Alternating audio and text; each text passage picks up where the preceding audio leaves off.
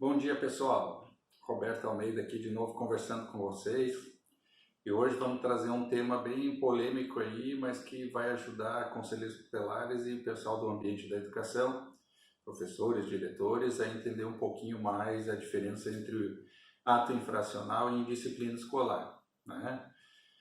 Esse é um tema recorrente aí no ambiente do conselho tutelar e também das escolas. Por quê? Porque os conflitos que há dentro da escola por alguma questão de indisciplina ou por alguma questão de cometimento de ato infracional, o Conselho Tutelar normalmente é acionado para que tome alguma providência. Bom, nós temos que deixar bem claro o que é ato infracional e o que é indisciplina escolar para a gente saber diferenciar e quem atende, tá? E quem vai ter intervenção sobre essas situações. Então vamos lá. Considera-se então ato infracional o quê? Toda conduta descrita como crime no Código Penal ou contravenção penal na Lei de Contravenções Penais. Então, quem é que comete crime, né? Quem pratica o que está descrito no Código Penal e na Lei de Contravenções Penais. Bom, mas se o que estiver descrito no Código Penal ou na Lei de Contravenções Penais for praticado por criança e adolescente, bom, aí a gente muda a nomenclatura. O que é ato infracional? Ato infracional é todo crime, contravenção penal praticado por criança e adolescente, certo? Então eu vou precisar saber se a conduta da criança ou adolescente dentro do ambiente escolar foi ato infracional, contravenção penal ou um simples ato de indisciplina escolar, tá? Mas já vamos diferenciar isso. Só que a gente tem que deixar bem claro o seguinte, ó. Toda criança e adolescente, ou os menores de 18 anos, eles são inimputáveis. O que quer dizer isso? Que apesar de eles cometer o crime, apesar de eles cometer a contravenção penal, eles não recebem a pena descrita no crime e na contravenção penal. O que eles vão receber? O ato infracional praticado por adolescente, ele vai sofrer as medidas socioeducativas que estão lá descritas no artigo 112 do ECA. Tá? Quais são elas? Olha só. Primeira, mais branda, advertência. Depois, obrigação de reparar o dano, a prestação de serviço à comunidade, a liberdade assistida, a inserção em regime de semi-liberdade, a internação, ou ainda o juiz pode aplicar qualquer uma das medidas de proteção do artigo 101, certo? Mas, então a gente tem que diferenciar a idade das crianças. O artigo 2º do Estatuto da Criança e Adolescente diz que criança é toda pessoa de até 12 anos, certo? E adolescente é aquela pessoa entre 12 e 18 anos. Por que o ECA diferencia criança de adolescente? Porque na questão do ato infracional, a criança que comete ato infracional, ela vai ter a aplicação de medidas de proteção, encaminhamento a psicólogo, encaminhamento a acompanhamento temporário e assim por diante, todos os programas descritos ali no artigo 101, tá certo? Se o ato infracional é praticado por adolescente, vamos lá, exemplos de ato infracional. Quebrou uma carteira, quebrou o vidro da escola, xingou um professor, chamou um professor de algum palavrão ou de algum adjetivo que não condiz com a conduta aí de respeito com o professor, bateu num colega, isso tudo são atos infracionais, ou seja, atos infracionais cometidos que terão uma sanção, certo? Claro que o Estatuto prescreveu que o ato infracional praticado por criança, então, serão aplicadas as medidas do 101. E quem aplica essas medidas? O Conselho Tutelar. Mas em todos os casos de ato infracional praticado por criança ou adolescente, dentro do ambiente escolar, né, a escola é obrigada a chamar a polícia, que é o órgão competente de averiguação do ato infracional, para que seja feito um boletim de ocorrência e se inicie o inquérito policial de investigação do crime ou da contravenção penal.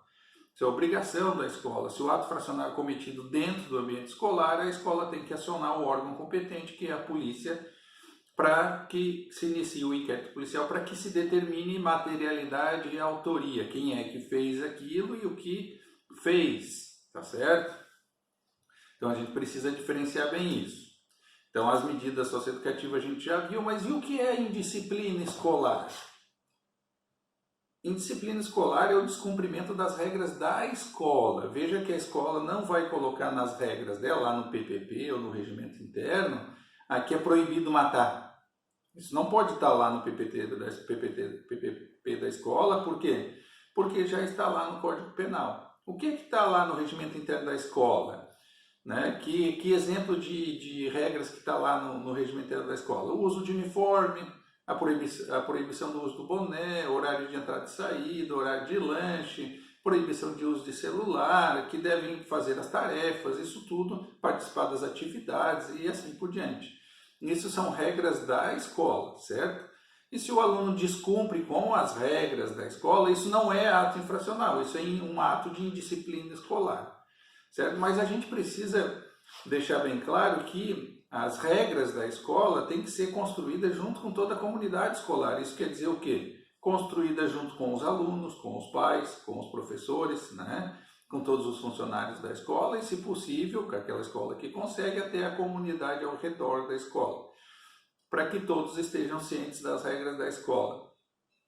Por que eu digo isso? Porque precisa deixar bem claro para os pais o porquê das regras. Não basta proibir de usar o boné, eu tenho que explicar para os pais e para os alunos o porquê de não usar boné dentro da escola. Todo mundo sabe por que não usar boné dentro da escola? Ou acha que é só por causa de respeito? Não, não é só por causa de respeito. O boné limita a visão do aluno e limita o potencial de aprendizado dele. Ora, se eu tampo aqui a minha visão, eu perco quase 50% do meu campo de visão para cima e nas laterais. E isso o boné prejudica. Então é por isso que eu não uso o boné no dia a dia, tá? E isso são atos de indisciplina escolar, que o próprio regimento interno tem que prever como vai ser sancionado aquela questão da indisciplina escolar.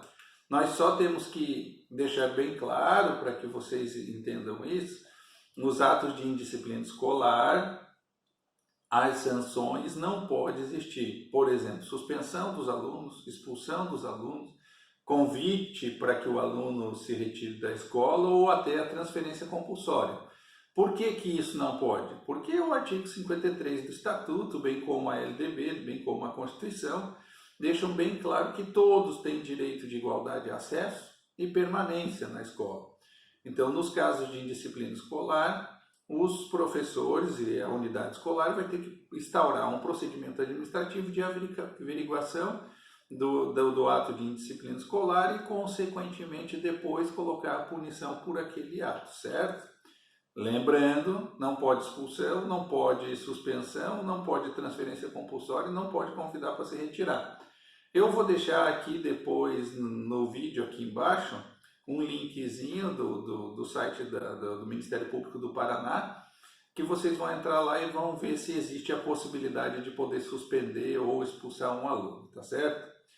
Bom, gente, é um videozinho curto dessa vez, para que a gente saiba só diferenciar o ato de indisciplina escolar e o ato infracional. Lembrando, olha, só para concluir, em nenhum desses dois atos aqui eu coloquei que a gente tem que chamar o Conselho Tutelar. A gente tem que deixar bem claro o seguinte: o Conselho Tutelar e a escola têm uma relação de comunicação de fatos, né? O dirigente de estabelecimento escolar ele só vai comunicar alguma coisa ao Conselho Tutelar naquelas hipóteses do artigo 56 do ECA. Quais são elas? Os maus tratos envolvendo seus alunos. Então, a escola vai comunicar que teve um aluno que sofreu maus tratos. Não quem maltratou. Não, o Conselho Tutelar não atua com quem maltratou, atua na defesa dos direitos das pessoas que tiveram seus direitos ameaçados ou violados, certo? A reiteração de faltas injustificadas ou de evasão escolar, desde que esgotados os recursos escolares, temos que parar com esse negócio de que o aluno não está vindo e já encaminha para o Conselho Tutelar e a escola não tenta fazer nada para trazer esse aluno de volta. Olha só uma atualidade aí, né? Com a questão da pandemia, várias escolas municipais, estaduais, estão criando grupos de WhatsApp para passar tarefa para as crianças que estão em casa. Engraçado, por que não usaram antes o WhatsApp para notificar os pais que os alunos estão faltando, né? Então esse seria, por exemplo, o WhatsApp seria um recurso escolar que a escola pode tentar utilizar para trazer o aluno de volta. Mas também tem a visita domiciliar, também tem um recado na agenda de um colega ou na agenda de um irmão e assim por diante, né? Então a escola tem que esgotar os recursos escolares antes de comunicar ao Conselho Tutelar. E ainda vai ter que comunicar ao Conselho Tutelar, de acordo com o inciso 3º, os elevados níveis de repetência, que é raro, a não ser que aconteça alguma situação dentro da escola, por exemplo, que temos 1.000 alunos e 200 alunos reprovaram. Isso é um alto índice de reprovação e que talvez tenha algum problema interno escolar que o Conselho Tutelar possa, inclusive, com o Conselho Municipal de Educação e o Conselho Municipal dos Direitos da Criança e do Adolescente, tentar buscar soluções para que isso não aconteça mais. Tá certo, gente? Rapidinho, conciso. Qualquer dúvida a gente está à disposição. Aqui agora no final do vídeo nós vamos ter o meu contato de WhatsApp, de e-mail. O que vocês tiver de dúvidas, fique à vontade para perguntar. Só finalizando, não podemos esquecer, pessoal, nosso livro, meu aqui, da assistente social Gabriela da Pisol, traz toda a legislação correlata ao atendimento ao Conselho Tutelar, né? O ECA atualizado, inclusive com a alteração agora de 2020, de janeiro de 2020, tem a LDB, tem a lei do SUS, tem a lei do SUAS, a lei 13.431, que trata do sistema de garantia de direito de criança e adolescente vítima de violência, e também o decreto que regulamentou essa lei. Traz ainda 10 modelinhos aqui para o uso do Conselho Tutelar, né? Como, por exemplo, a requisição de vaga de creche, a requisição de atendimento pelo CREAS e outros modelinhos aí, inclusive o modelo de pedido de recâmbio de criança e adolescente para outras comarcas, tá certo?